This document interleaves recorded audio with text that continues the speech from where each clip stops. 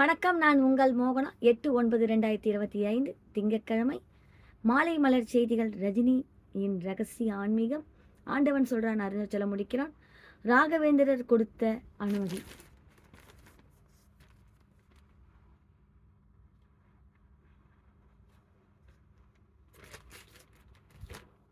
சினிமாவில் நடிப்பதற்காக அரசு வேலையான கண்டக்டர் வேலையை எப்படி விட முடியும் என்று சிவாஜிராவ் அவர்கள் யோசித்து யோசித்து பார்த்தார். அது அவருக்குள் விடை தெரியாத பல சந்தேகங்களை உருவாக்கியது. அந்த சந்தேகங்களை நினைத்து நினைத்து சிவாஜிராவ் அவர்கள் குழம்பி போனார். இதனால் சினிமாவுக்காக உடனே கண்டக்டர் வேலையை ராஜினாமா செய்ய அவர் மனம் இடம் கொடுக்கவில்லை. தன்னால் ஒரு முடிவுக்கு வர இயலாததால் நிறைய பேரிடம் யோசனை கேட்டார். சென்னைக்கு சென்று நடிப்பு பயிற்சி கல்லூரியில் சேரலாமா என்று அவர் கேட்ட கேள்விக்கு யாருமே முழுமையான பதில் சொல்லவில்லை. தந்தை ரனோஜிராவுக்கும் அண்ணன் சத்யநாராயண ராவுக்கும் சென்னைக்கு சிவாஜிராவை நடிப்பு பயிற்சிக்கு பெற அனுப்ப சுத்தமா விருப்பமே இல்லை. சிவாஜிராவ் அவர்கள் ரொம்பவும் தவித்தார். நடிப்பு மீதும் ஆசை, கண்டக்டர் வேலை மீதும் ஆசை. எதை தியாகம் செய்வது என்று அவரால் ஒரு முடிவுக்கு வர முடியவில்லை. என்றாலும் சிவாஜிராவின் நண்பர்கள் அவரை விடவில்லை.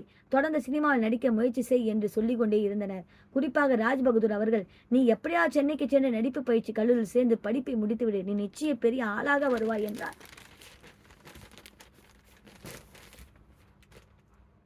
இதையெல்லாம் கேட்கும் போது சிவாஜிராவுக்கு கண்கள் காந்தமாக மின்னும்.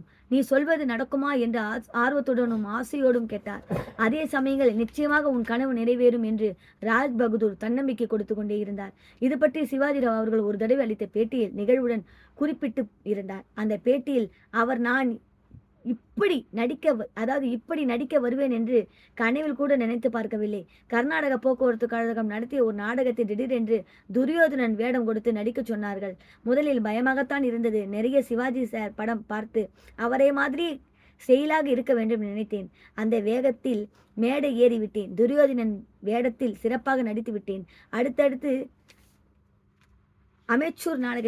அமெச்சூர் நாடகத்தில் என்னை நடிக்க வைத்தார்கள். அப்படிதான் சினிமா ஆசை மெதுவாக உள்ள நொழிய ஆரம்பித்து கண்டக்டர் வேலை முடிந்து மாலையில் வீட்டுக்கு வரும்போது எல்லாம் சினிமா பேனர் கட் அவுட்டுகளை பார்த்து கொண்டே வருவேன். இப்படித்தான் எனக்குள் சினிமா ஆசை வளர்ந்தது என்று அந்த பேட்டியில் ரஜினி அவர்கள் இன்னும் சிவாஜிராவ் கூறியிருந்தார். நண்பர்கள், சக ஊழியர்கள், நலவிரும்பிகள் மற்றும் பலர் அடுத்தடுத்து வலியுறுத்தி சொன்னதால் சென்னை நடிப்பு பயிற்சி கல்லூரியில் சேரலாம் என்ற முடிவுக்கு சிவாஜிராவ் அவர்கள் வந்தார். பத்திரிகையில் வந்த விளம்பரத்தை பார்த்து விண்ணப்ப கடிதம் எழுதி அனுப்பினார். சில நாட்களில் சிவாஜிராவுக்கு பதில் கடிதம் வந்தது. அந்த கடிதத்தில் சென்னையில் நடக்கும் நேர்முக தேர்வுக்கு வருமாறு அழைப்பு விடுவிக்கப்பட்டு இருந்தது. நண்பர்கள் கொடுத்த உற்சாகத்தின் அடிப்படையில் சிவாஜிராவ் அவர்கள் சென்னைக்கு புறப்பட்டு வந்தார். சென்னை அண்ணா கல்லூரிக்கு அமர்ந்திருந்த நடிப்பு பயிற்சி கல்லூரிக்கு சென்றார். அங்கு நடிப்பு பயிற்சி பெறுவதற்காக நூற்றுக்கணக்கான இளைஞர்களும் இளம் பெண்களும் நின்றிருந்தனர். அவர்கள் ஒவ்வொருவரையும் அழைத்து நேர்முக தேர்வு நடத்தினார்கள். சிவாஜிராவையும் அழைத்து சினிமா தொடர்பாக நிறைய கேள்விகள் கேட்டனர். ஒவ்வொரு கேள்விக்கும் சிவாஜிராவ் அவர்கள் அட்டகாசமாக பதில் கொடுத்தார். சிவாஜிராவுக்கு இருந்த நடிப்பு வெறியை கண்டு நேர்முக தேர்வு நடத்தியவர்களே, இருங்கள், நீங்கள் தேர்வாகி இருக்கிறீர்களா என்பதை விரைவில் சொல்கிறோம் என்று தெரிவித்தனர். சில மணி நேரம் கழித்து நேர்முக தேர்வு முடிவுகள் அறிவிக்கப்பட்ட போது நடிப்பு பயிற்சிக்காக மொத்தம் 36 பேர் தேர்வு செய்யப்பட்டதாக கூறப்பட்டது. 36 பேரின் பெயர் விண்ணப்பங்கள் வெளியிடப்பட்டன.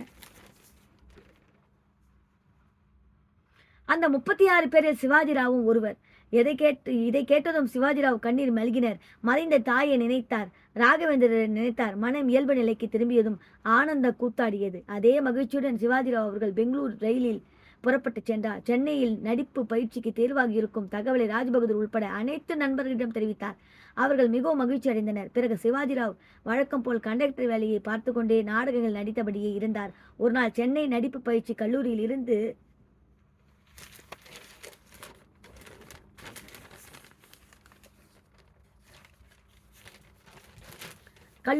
அவருக்கு கடிதம் வந்தது. அந்த கடிதத்தில் நடிப்பு பயிற்சிக்கு நீங்கள் தேர்வு செய்யப்பட்டிருக்கிறீர்கள், கல்லூரியில் வந்து சேரவும் என்று அழைப்பும் விடுத்திருந்தனர்.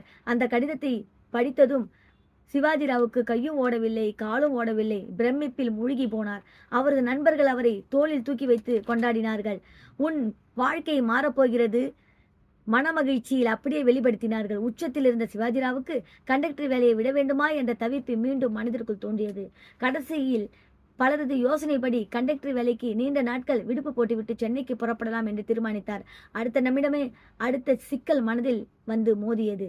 சென்னையில் தங்கியிருந்த பயிற்சி பெறுவது என்றால் நிறைய செலவாகுமே, பணத்துக்கு என்ன செய்வது, எங்கே போவது என்று தடுமாறினார். சிவாஜிராவின் தந்தை ரணோஜிராவ் காவல்துறை பணியில் இருந்து ஓய்வு பெற்றுவிட்டார். அவருக்கு ஓய்வூதிய சிறிது அளவு பணமே வந்தது.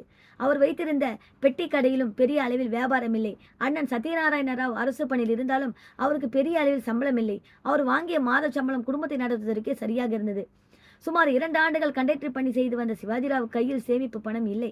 கண்டக்டர் வேலையில் கிடைத்த மாத சம்பளத்தை அந்தந்த மாதமே செலவழிக்கும் பழக்கத்தில் இருந்ததால் சிவாஜிராவ் கைவசம் பணம் இல்லை என்றுதான் சொல்ல வேண்டும். நான் நடிக்கப் போகிறேன், கடன் தாருங்கள் என்று யாரிடம் போய் பணம் கேட்க முடியும்? இதையெல்லாம் நினைத்து சிவாஜிராவ் மனதுக்குள் குமுறி கொண்டிருந்தார். அவரது குடும்பத்தில் ஒவ்வொரு மாதமும் வரவும் செலவும் சரியாக இருந்தது. இன்னொரு வகையில் சொல்ல வேண்டுமானால் சென்னை செல்வதற்கு மற்றவரிடம் சென்று பணம் கேட்கும் சிவாஜிராவ் மிகவும் தயங்கினார். ஆனால் அவரது நிலைமையை அவரது நண்பர் ராஜ்பகதூர் நன்கு உணர்ந்திருந்தார். அவர் சிவாஜிராவுக்கு தைரியம் கொடுத்து பண உதவி செய்ய முன்வந்தார். என்றாலும் சிவாஜிராவுக்குள் ஒருவித தயக்கம் இருந்தது. சென்னைக்கு சென்றால் தினசரி சாப்பாட்டுக்கு என்ன செய்வது, எங்க தங்குவது என்ற கேள்விகள் மனத்துக்குள் அலையலையாய் வந்து கொண்டே இருந்தன. அதற்கு அவரது நண்பர் ராஜ்பகதூர் அதற்காக பட்டியல் அளித்தார். நான் எதற்கு இருக்கிறேன்? நீ பணத்தை பற்றி கவலைப்படாதே. உன்னை சென்னை நடிப்பு பயிற்சி கல்லூரியில் படிக்க வைக்க வேண்டியவை என்னுடைய பொறுப்பு. ஒவ்வொரு மாதம் உனக்கு பணம் தருகிறேன் என்று ராஜ்பகதூர் உறுதி அளித்தார். அந்த சமயத்தில் ஒரு நாள் ஆனந்தராவ் சர்க்கிளில் யாரோ ஒரு டைரக்டர் மகன் உடம்பில் ராகவேந்திர சாமி ஆவி புகுந்து இருக்கிறது, அந்த பையன் அருள் வாக்கு கூறுவது கொண்டார்கள். ராகவேந்திர ஆவி மனிதர் உடம்பில் புகுந்து எப்படியெல்லாம் பேசுமா என்று யோசிக்கிற பக்குவம் அப்போது சிவாஜிராவுக்கு இல்லை. உடனே அங்கே போய் நின்றார். அருள் வாக்கு கூறும் இளைஞர் முன்பு நின்று, எனக்கு சினிமாவில் நடிக்க ஆசை, அதற்கான இடம் கிடைத்தது இருக்கிறது, நான் சென்னைக்கு போகலாமா வேண்டாமா என்று சிவாஜிராவ் கேட்டார். அடுத்த நிமிடம் அந்த வாலிபர் கொஞ்சம் கூட யோசிக்காமல் சுபமஸ்து என்று அருள் வாக்கு கூறினார். இதை கேட்டதும் சிவாஜிராவுக்கு வானத்தில் பறப்பது போன்று இருந்தது. சென்னை சென்று நடிப்பு பயிற்சி பெற ராகவேந்திர சுவாமிகள் அனுமதி கொடுத்து இருப்பதாக சிவாஜிராவ் முழுமையாக நம்பினார். அதன் பிறகு அவரது மனதில் சென்னை பயணத்துக்கு எந்த தயக்கமும் ஏற்படவில்லை. ஆனால் சிவாஜிராவின் தந்தை ரணோஜிராவின் அண்ணன் சத்யநாராயணனுக்கு அண்ணி கலாவதி அவர்களுக்கும் நம்பிக்கை ஏற்படவில்லை. அவர்கள் மூவரும் சிவாஜிராவை நம்பிக்கை இல்லாமல் தான் பார்த்தனர். அவர்களை சிவாஜிராவ் எப்படி சம்மதிக்க வைத்தார் என்பதை பார்க்கலாம், நாளை பார்க்கலாம். இத்துடன் ரஜினி அவர்களின் ரகசிய ஆன்மீகம் முடிவடைந்தது. மேலும் வேறொரு செய்தியுடன் நான் உங்களை சந்திக்கிறேன். அதுவரை உங்களிடமிருந்து டாடா பை பை சொல்லி விடைபெறுகிறேன். உங்கள் மோகனா. நன்றி, வணக்கம்.